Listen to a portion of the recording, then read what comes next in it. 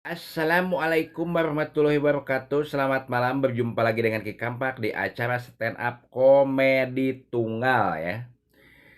Ki Kampak rek mere judul puasa mabok sarden, mabok sadencis. Harum mewangi sepanjang hari, pusing, pusing, pusing, pusing, pusing.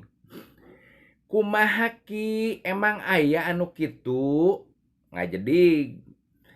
anu kitu teh puasa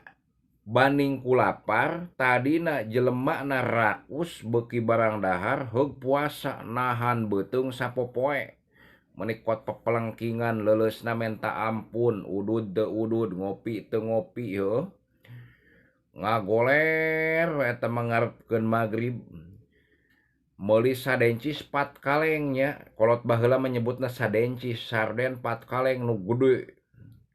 anu cabai nulana kolakna sabaskom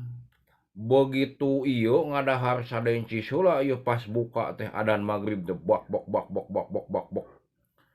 terus ngadahar kolak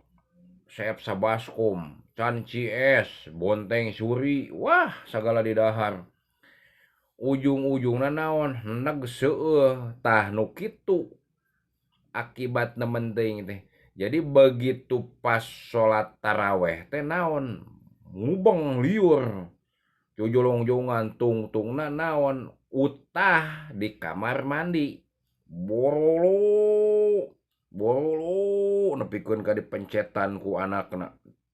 akibat naon eta teh hanyir jeung amis ngahiji na menting dihijikeun tungtungna manehna naon